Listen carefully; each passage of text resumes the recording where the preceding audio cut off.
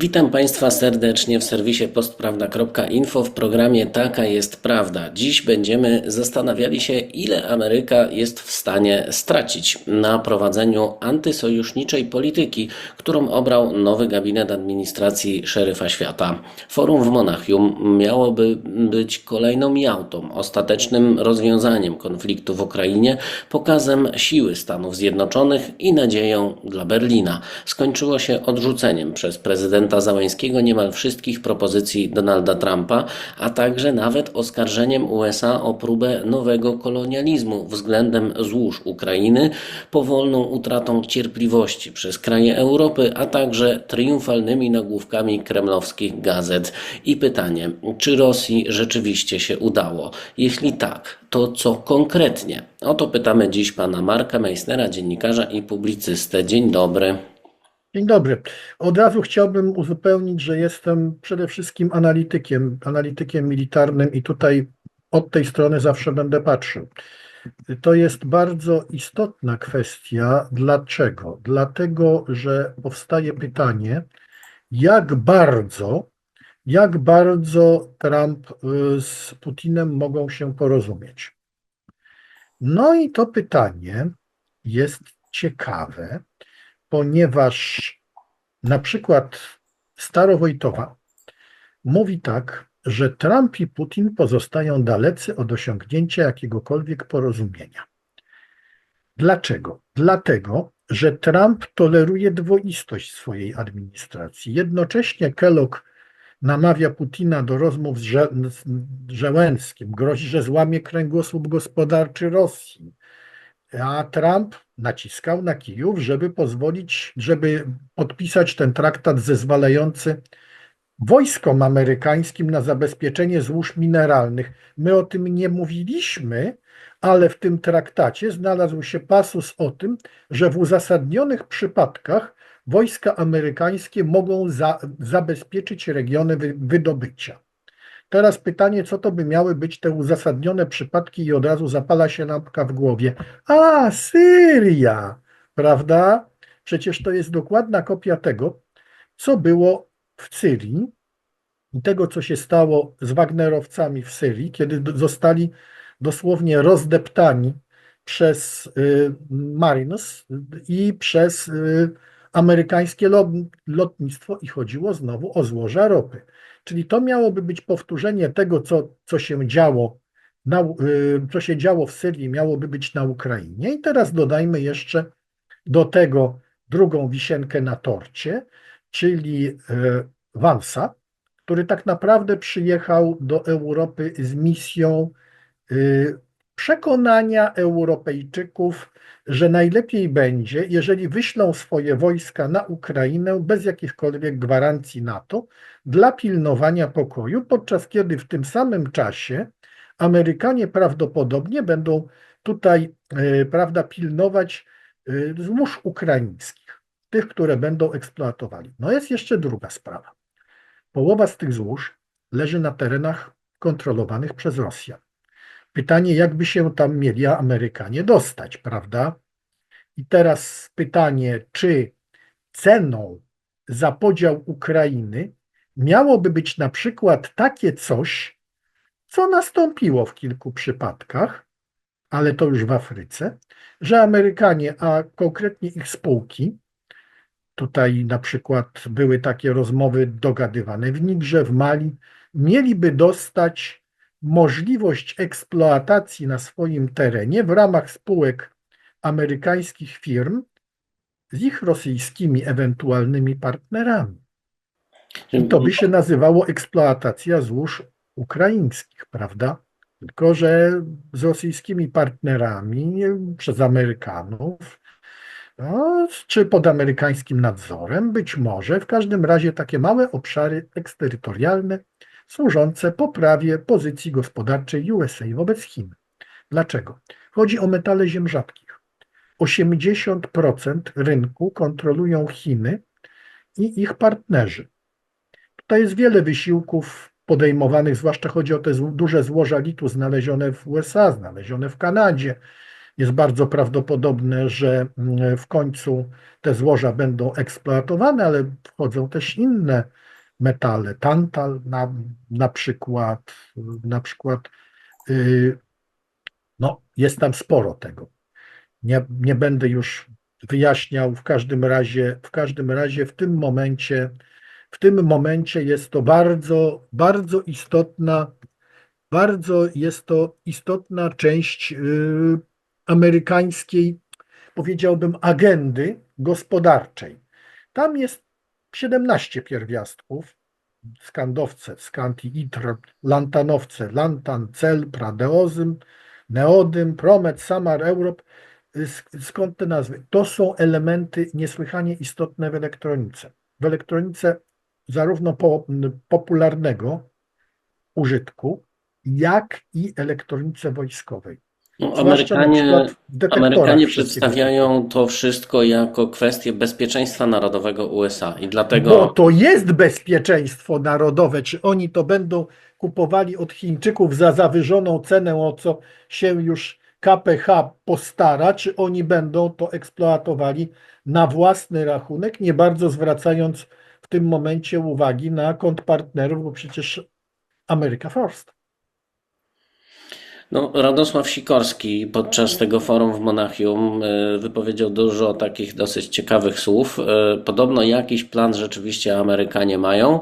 Nie do końca chciał nasz minister spraw zagranicznych zdradzić, co to jest za plan. Stwierdził, że jest ciekawy i życzy powodzenia. Ale dodał również, że to jest taka powtarzalna pewna cecha kolejnych rządów amerykańskich, że każdy z nich musi uczyć się na nowo, zarówno Rosji i Europy, no tak w tym przypadku. Więc wiele takich sprzecznych komunikatów też płynie do nas ze Stanów Zjednoczonych i to też Radosław Sikorski podkreślał. Mówił o tym, że trochę jakby Donald Trump wzorował się wręcz na rosyjskiej strategii takiego rozpoznania bojowego. Czyli najpierw mówi, a potem Rozbiegli patrzy, co się bajem. wydarzy. Zgadza się, ale tutaj jest jeszcze jedna istotna sprawa. Tu jest taka sprawa, co chcą sami Rosjanie, a oni o tym mówią wprost. To są dwie rzeczy. Pierwsza, najpierw znosicie sankcje, potem zaczynamy rozmawiać. Nie o pokoju, o zawieszeniu broni. Natomiast druga rzecz, rozmawiamy potem, uwaga, o strefach bezpieczeństwa w Europie. Tak, bez Europy. Bez Europy rozmawiamy i dopiero trzecim punktem jest rozmowa o zawieszeniu broni na Ukrainie. Czyli tak, Trump przyprowadza do stołu imperium, które się chwieje niesłychanie pod względem gospodarczym. Tutaj mamy takie surowe dane. W 2021 roku obrót w transakcjach, w których walutą rozliczeń był yuan, stanowił na moskiewskiej giełdzie około 1,5%. Obecnie te transakcje stanowią 47% z procentem rosnącym. Przy czym to nie znaczy, że resztę stanowi na przykład dolar i euro. Dolar i euro ze względu na sankcje to jest 2,5%. Reszta to są waluty różnych krajów, tak jak na przykład dirhamy. I to jest niesamowite, jak bardzo Rosja zaczęła być zależna od Chin. 80% całkowitego importu urządzeń AGD stanowią urządzenia chińskie. Nawet w tej chwili już więcej. Produkcja krajowa, tu się Związek Producentów Rosyjski odezwał, że stanowi 17% całego rynku. Przy czym nie wiadomo, ile z tej produkcji krajowej to są montownie zagraniczne, na przykład tureckie, bo takie też są. Prawda? Czyli mamy tutaj jeden taki szczebelek. Drugi to jest praktycznie upadek infrastruktury przewozowej. Zaległości w transporcie towarów dla odbiorcy cywilnego w RZD, czyli kolejach rosyjskich, sięgają 2 tygodni. Praktycznie wszystko, co się wozi się na front. I to jest najistotniejsze. Dalej, tutaj kierownictwo RDŻ stwierdziło, że jeżeli się tam nie skieruje dodatkowych ludzi, to infrastruktura transportowa, zwłaszcza na tak zwanych szlakach dalekich, w tym kolei transsyberyjskiej, od drugiej połowy 2025 roku będzie ulegała takiej degradacji, że większość linii poza liniami głównymi trzeba będzie wyłączyć. A tu powiemy o pewnej ważnej sprawie.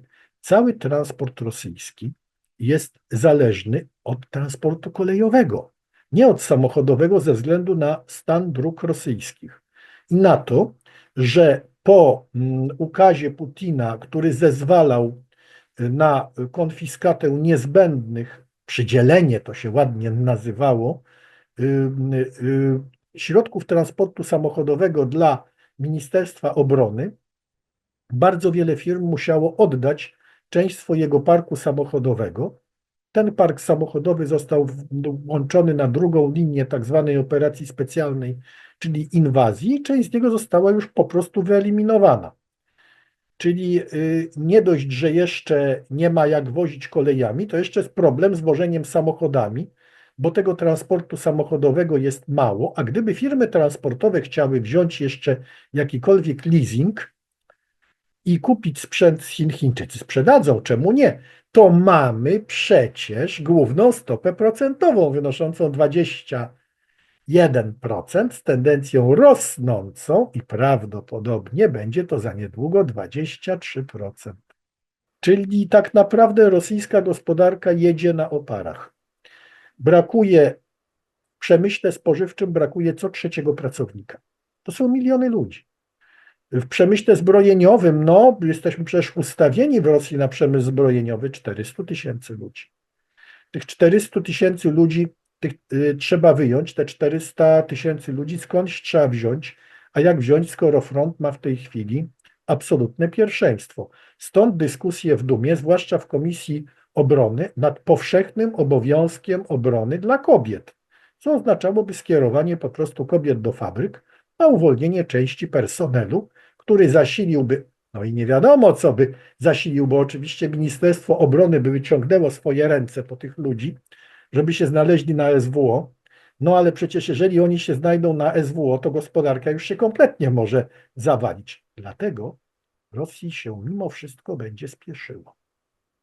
Ja bym jeszcze chciał wrócić do tego wątku, o którym Pan zaczął mówić na samym początku, czyli do Chin, bo jak byłem podczas wyborów niedawnych właśnie w Stanach Zjednoczonych za oceanem, to często pojawiało się takie stwierdzenie, że polityka amerykańska zmienia wrogów. To znaczy, że to już nie Rosja będzie na szczycie tej listy, zresztą nie była wcześniej również. Chiny pozostają na pierwszym miejscu, a na drugie miejsce wskakuje, uwaga, Europa. No i właśnie dlatego się tak zastanawiam, jak patrzeć na te negocjacje, patrzeć na to, co dzieje się w sprawie Ukrainy, na pomijanie Europy w kontekście właśnie takiej zmiany biegunów, prawda? No bo z jednej strony widzimy, że w sieci Elon Musk na przykład pojawia się na kongresie partii AfD, kojarzonej mocno prorosyjsko, wręcz z takimi nutami sentymentalnymi w stosunku do słusznie minionej epoki, no Adolfa Hitlera, krótko mówiąc, tak? I teraz o co może chodzić? Czy to znowu nie jest taka trochę kopia polityki rosyjskiej, czyli dziel i rządź? Jeżeli wprowadzimy chaos w Europie, dogadamy się z Rosją, to osłabimy Niemcy, osłabimy Francję, a dzięki temu będzie właśnie America First.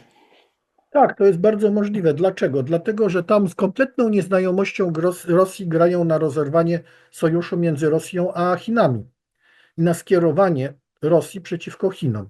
To jest kompletna nieznajomość Rosji, ponieważ Rosjanie traktują związek z Chinami jako rodzaj takiego, powiedziałbym, związku strategicznego. I zauważmy, że to Rosjanie mówią o partnerstwie strategicznym. Chińczycy w ogóle o nim nie mówią.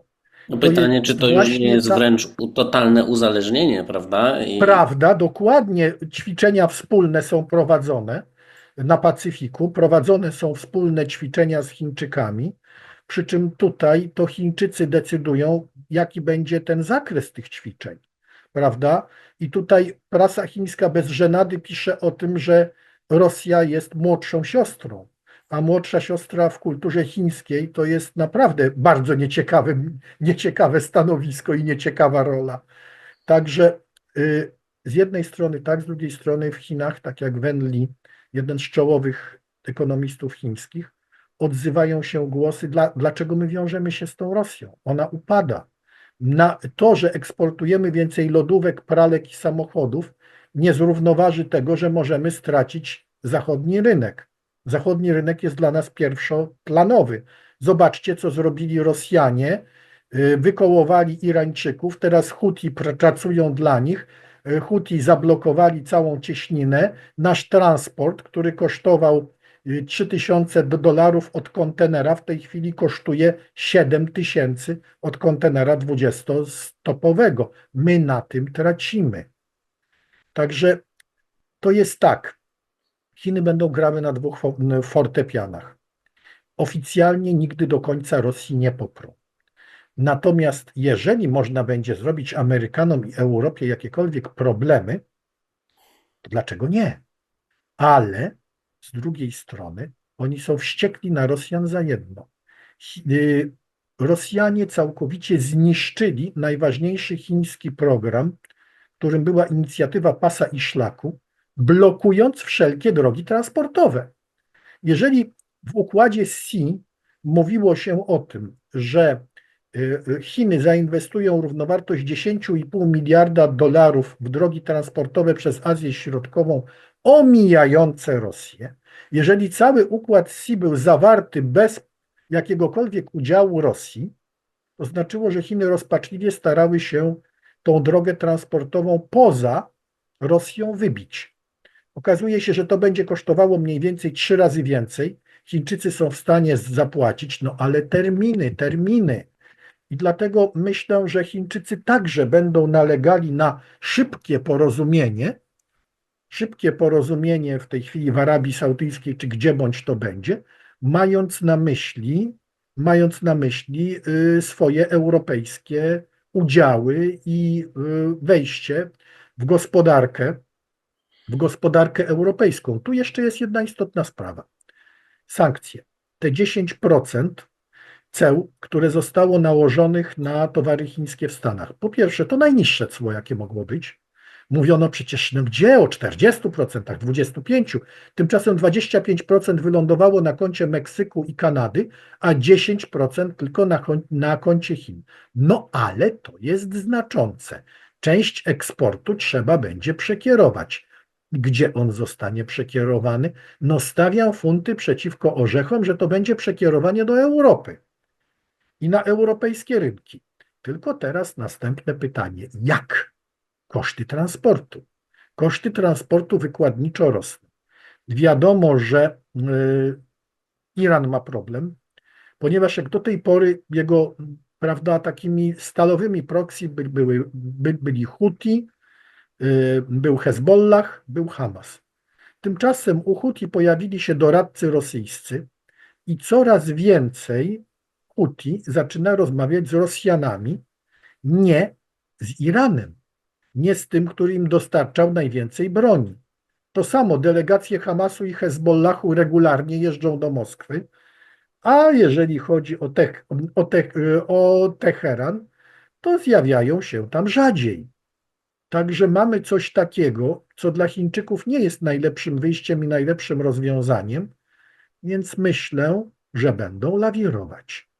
Tutaj takie stare przysłowie mi przychodzi do głowy, czyli gdzie dwóch się bije, a w zasadzie już nawet trzech, to trzeci, czy w tym wypadku czwarty korzysta, a tym, który korzysta chyba na tym wszystkim najbardziej, to są właśnie Chiny, bo z jednej strony, tak jak Pan wspomniał, grają na dwa fronty o rynek europejski, z drugiej strony jeżeli spojrzymy na to, kto kupuje rosyjskie obligacje i pozwala rosyjskiej gospodarce stać dalej na nogach, to też jest właśnie Pekin, a więc przez posiadanie tych rosyjskich obligacji ma gigantyczne przełożenie na rosyjską politykę i w zasadzie uzależnia ten kraj od siebie, swoich decyzji, swoich widzimisię na wiele, wiele lat. A jeszcze z kolejnej drogi, jeżeli spojrzymy nawet na te złoża litu, konfliktu, gdyby one były pod kontrolą chociażby amerykańską, czy w jakimś stopniu europejską, czy rosyjską, to i tak największym zwycięzcą znowu są Chiny, bo lit jest bardzo trudny w obróbce i żeby go przetworzyć, to trzeba go będzie transportować do Chin, tam przetwarzać, bo Chiny są Niekoniecznie, absolutnym. niekoniecznie. Można to zrobić gdzie indziej. Można postawić, i to będzie prawdopodobnie możliwe, centrum przetwórcze na przykład w zachodniej Ukrainie, co by blisko było. Tylko Ale na to już razie będzie czegoś takiego nie ma, całkowicie to wszystko nie nadal ma. jest w Chinach. Pamiętajmy, że Zełenski nie podpisał i on tego nie podpisze. Także te wszystkie złoża w Chile, które są, te nowo odkryte złoża w Stanach, trzeba będzie zacząć szybko eksploatować, bo współpraca z Kanadą po tym, co nawyrabiała ta ekipa, nawet w tym zakresie będzie mało prawdopodobna. No to wracając do mojego pytania z samego początku, co mogą na tym wszystkim stracić Stany Zjednoczone? Bo wydawało się, że ten maraton Donalda Trumpa, który rozpoczął 20 stycznia, to jest po prostu, będzie zniszczenie wszystkiego, co ta lokomotywa republikańska napotka na swojej drodze. A zastanawiam się, czy on już nie dobija do takiego brzegu, gdzie za chwilę Europa jednak zrozumie, co się dzieje. Inne kraje na świecie, Rosja też zrozumie, co się dzieje, bo przecież Sergiej Ławrow mówił otwarcie, że on nie do końca wierzy Donaldowi Trumpowi, że on sądzi, że to jest jakaś podpucha, jakiś fortel, No bo który to jest Amerykanie. prawie niemożliwe, prawda? A tutaj mamy powściągliwe. Ja właśnie penetrowałem rosyjską przestrzeń informatyczną, informacyjną i tutaj oficjalnie nawet są powściągliwe, bardzo powściągliwe pochwały dla Trumpa, o większe dla Orbana i dla Fico, ale jednak są pochwały. Natomiast Europa jest dalej tym zgniłym siedliskiem islamu, LGBT-ów, prawda, upadku. A z drugiej strony jest przecież, toleruje taką straszliwą rusofobię. To jest jedno. Natomiast, co ciekawe, ja tak przypatruję się tym działaniom amerykańskim i dochodzę do wniosku, że jest tam pewna koncepcja. Panie Piotrze, kiedy Trump był najsilniejszy? Kiedy uderzał pięścią w stół? Wtedy, kiedy Tylko żeby chodziło stołu o nie rozbić. biznesowe interesy Stanów. Biznesowe interesy, te cła, prawda? Zapowiedź ceł dla Europejczyków, ma już wejść, już dekret podpisany, czyli o co chodzi? Tutaj przyjeżdża tutaj Vance i pierwsze co robi, to opieprza Europejczyków za, uwaga, wymyślenie jakichś dziwnych ustaw na temat prywatności, co nie pozwala amerykańskim firmom zarobić tyle, ile by zarobiły.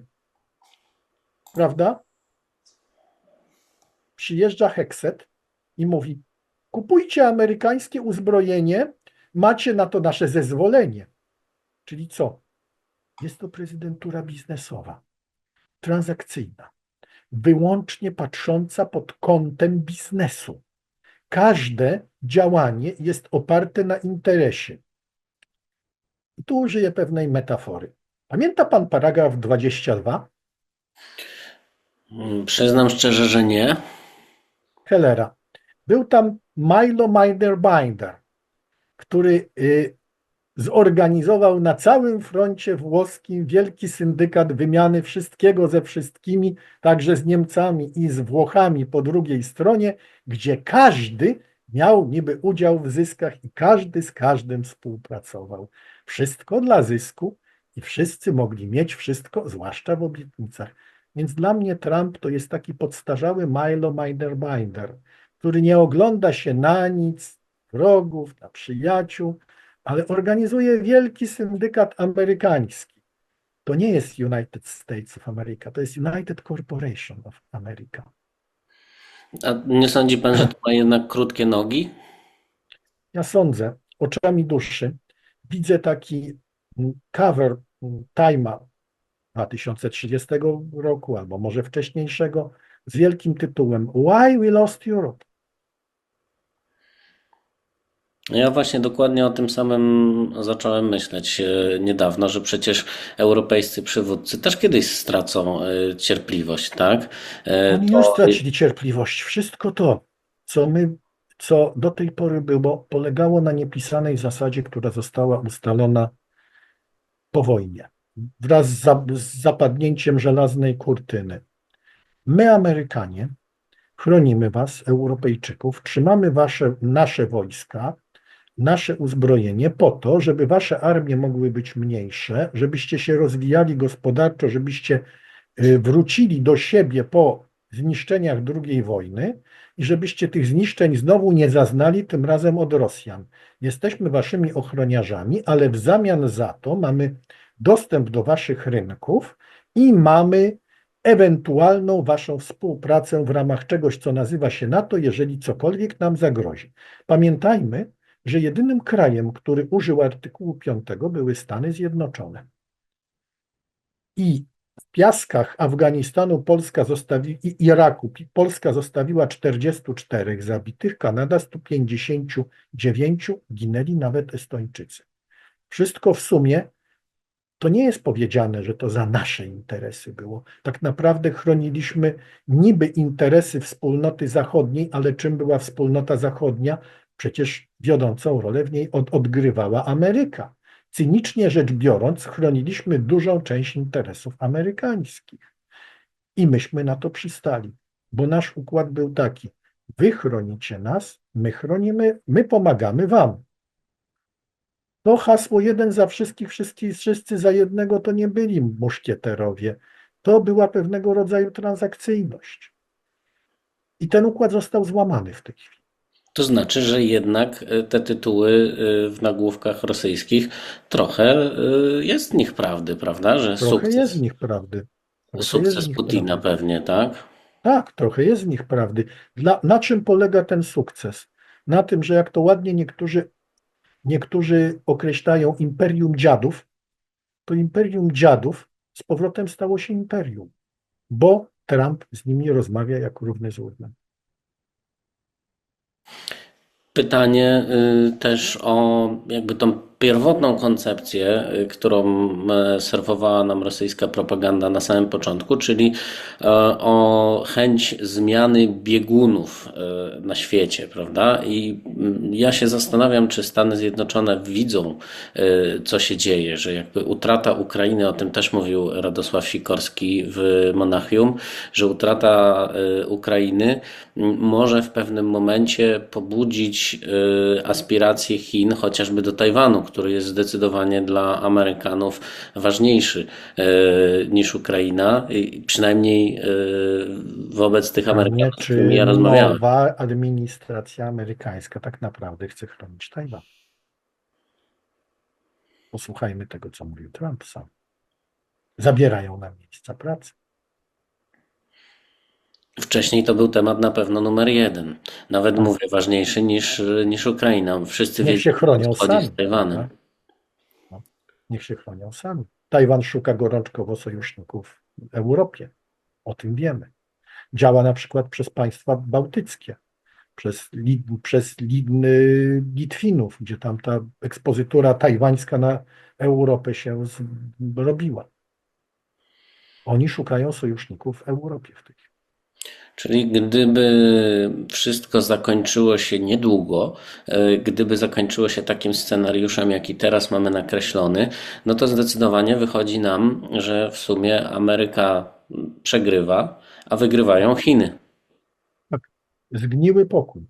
I to ten zgniły pokój, który długo nie potrwa. Ja nie wierzę osobiście w jakikolwiek atak Rosjan na Polskę, natomiast bardzo bym się martwił o Bałtyk. No, na przykład Finlandię, prawda? Nie. Bałtów. Finlandię nie. Dlaczego?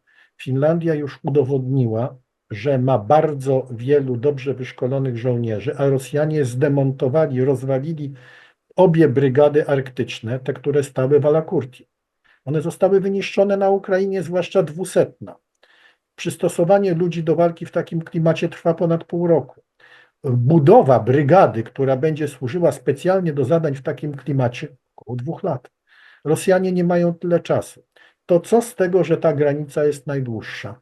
Ona w sumie dla Rosjan powinna być spokojna. Co innego, jeżeli chodzi o Bałtów.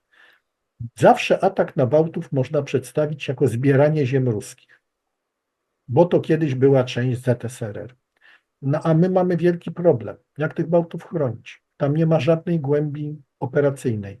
Wdarcie się rosyjskich zagonów pancernych tam to jest dla nas wielki problem. Pancerno zmechanizowanych. Także mówię, ja się boję o Bałtów. I pytanie też, co z tym pokojem w Ukrainie, bo też widać, że ta narracja Donalda Trumpa, która była przyjęta już jakiś czas temu, że najpierw zakończy wojnę w 24 godziny, później zakończy w 48 godzin, później jak tylko objął prezydenturę, to stwierdził, no jednak to Wysłał wcale nie będzie. Kelloga i Kellogg powiedział 100 dni od momentu podpisania rozejmu. Czyli właściwie czas nieograniczony, bo ten rozejm to nie wiadomo kiedy. Co ja przypuszczam? Ja przypuszczam, A że teraz jeszcze tylko dodam, że teraz tak, w Monachium ten sam Kate Kellogg powiedział, że ma nadzieję, że do końca roku uda się tę wojnę zakończyć. przy czym kilka osób stwierdziło, że nie powiedział którego. No to jest jedna istotna sprawa taka, co ja przypuszczam, co może się stać. Może się stać ukrainizacja. Znaczy ukrainizacja, może się stać koreanizacja tego konfliktu. Co to znaczy? Podział według linii Dniepru. Ukraina i pytanie, co tam będzie po drugiej stronie. Czy będzie utrzymywana fikcja Noworosji, w tym momencie tworu, który jest stowarzyszony, republik z jakąś tam niby szczątkową niezależnością. Pamiętajmy, że w rankingu gubernatorów, jaki się ukazał kilka dni temu, Denis Puszilin zajął 3. miejsce, władając czymś, co jest praktycznie rzecz biorąc ruiną i wypalonym obszarem po wojnie, prawda? Gdzie 80% mężczyzn powołanych do wojska już w tej chwili jest martwych. Mówi pan o tak zwanej Donieckiej Republice Ludowej. Ługańskiej. Mhm. Ługańskiej. Ale to przecież jest to samo. No, Zwitujmy się, nazwy potocznie używane na Ukrainie, czyli Ługanda i Donbabwę, naprawdę odpowiadają prawdzie. no, gdybyśmy się tak przyjrzeli na obecną linię frontu, to ja też tak szczerze mówiąc, gdybym był na miejscu Rosjan, to pewnie tak szybko bym się nie zatrzymywał, bo jak znowu weźmiemy pod uwagę te złoża najcenniejsze, to one właśnie mniej więcej na linii Dniepru się gdzieś kończą. Porty ukraińskie to jest całe południe, więc można powiedzieć, no Noworosja piękna idea, ale wątpię, że akurat o ideę Katarzyny II chodzi, Oni tylko tego nie pewnie o coś odpuszczą, bardziej co już współczesnego. zdobyli. Tak, oni to już oni nie odpuszczą tego, co zdobyli.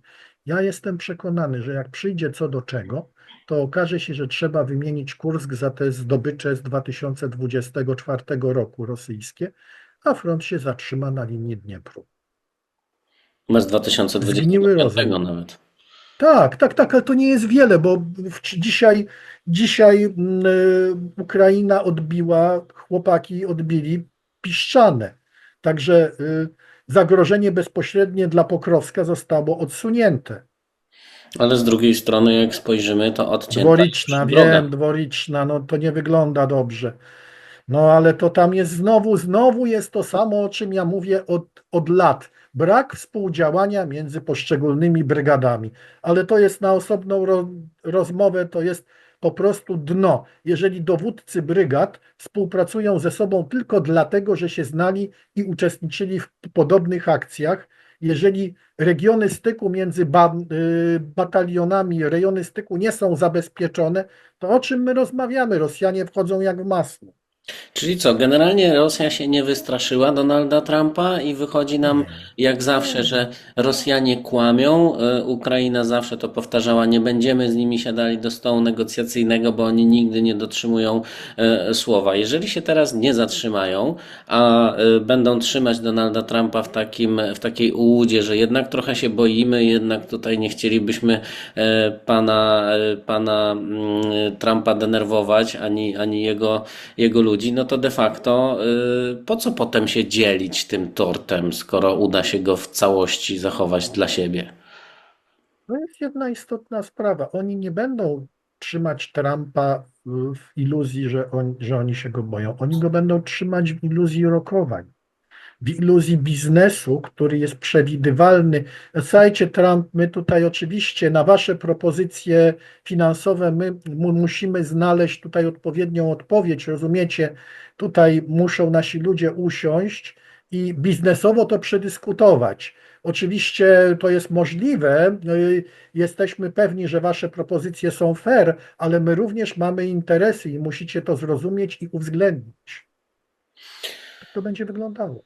To ostatnie moje pytanie a propos jutrzejszej rozmowy, bo to jutro mają zacząć się, no właśnie, co się jutro w zasadzie ma wydarzyć w Arabii Saudyjskiej, bo w rozmowach nie wiadomo jakich, pokojowych, będzie uczestniczyła Rosja, będą uczestniczyły Stany Zjednoczone, nie będzie uczestniczyła Europa, nie będzie uczestniczyła Ukraina. To w zasadzie co tam ma być wynegocjowane?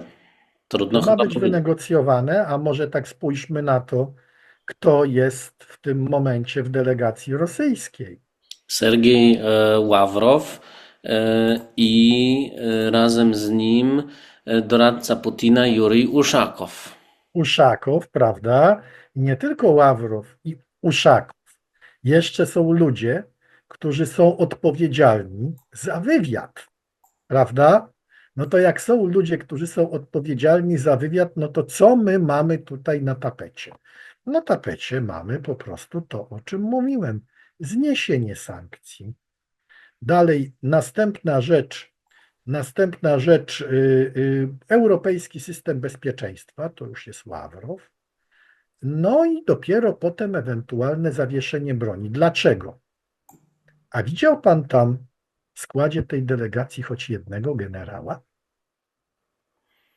Na ten moment nie, może wszystkiego nie wiemy jeszcze. A ja myślę, że tam ich nie ma. I wszyscy mówią, tam ich nie ma. A dlaczego? Powinien być ktoś przynajmniej z Gensztabu, żeby ustalić linię rozgraniczenia, prawda? Czyli o co chodzi? No teraz trochę się zmieniła ta narracja wobec spotkania w Arabii Saudyjskiej, bo na początku to rzeczywiście miały być właśnie wielkie rozmowy pokojowe i ustalenie tego, co dalej. Dzisiaj Mhm. już raczej ze strony amerykańskiej słyszymy, że to ma być takie formalne, takie spotkanie, które będzie dotyczyło Rozmowy wstępne, rozmowy dialog o wstępne, dialogu. dotyczyć normalizacji stosunków między Ameryką i Stanami Zjednoczonymi, a także Znaczy dyskusji. Rosją i Stanami Zjednoczonymi. A tak, ale tutaj jest jedna zasadnicza sprawa. Co to znaczy normalizacja? Pierwsza rzecz, co Rosjanie powiedzą, znieście sankcje. No i ma być jeszcze dyskutowane spotkanie Putina z Trumpem. Wie pan, ja bym się zastanawiał nad jedną rzeczą. I ta rzecz cały czas ją mam z tyłu głowy i ona budzi mój duży niepokój. Co będzie, jeżeli Trump zgodzi się na wycofanie najważniejszych sankcji, a Europa z nimi zostanie? To mnie martwi. Siły, które są w Europie, które dążą do przywrócenia status quo niejednokrotnie zasilane rublami, zyskają potężny napęd. Rosja duże pieniądze, których potrzebuje na dalsze prowadzenie wojny. Sołowiow kiedyś powiedział wielką prawdę. Mianowicie powiedział, że działania na zachodzie rosyjskiego wywiadu są warte co najmniej 2 dywizji pancernych na Ukrainie. To jest prawda. Powiedział Marek Meissner, analityk wojskowy, dziennikarz i publicysta, który był dzisiaj moim i Państwa gościem w serwisie postprawda.info w programie Taka jest Prawda. Bardzo dziękuję Panie Marku za rozmowę Dziękuję bardzo panu i wszystkim widzom. i pewnie będziemy przyglądać się właśnie kolejnym krokom Stanów Zjednoczonych, kolejnym krokom Rosji i zobaczymy, co wyjdzie po jutrzejszym spotkaniu w Arabii Saudyjskiej. Powiem tak, oby się nie dogadali i oby Trump i jego ludzie zorientowali się, że są wykiwani. Natomiast, cóż, Ławrow i jego ludzie to są profesjonaliści, tylko tyle powiem.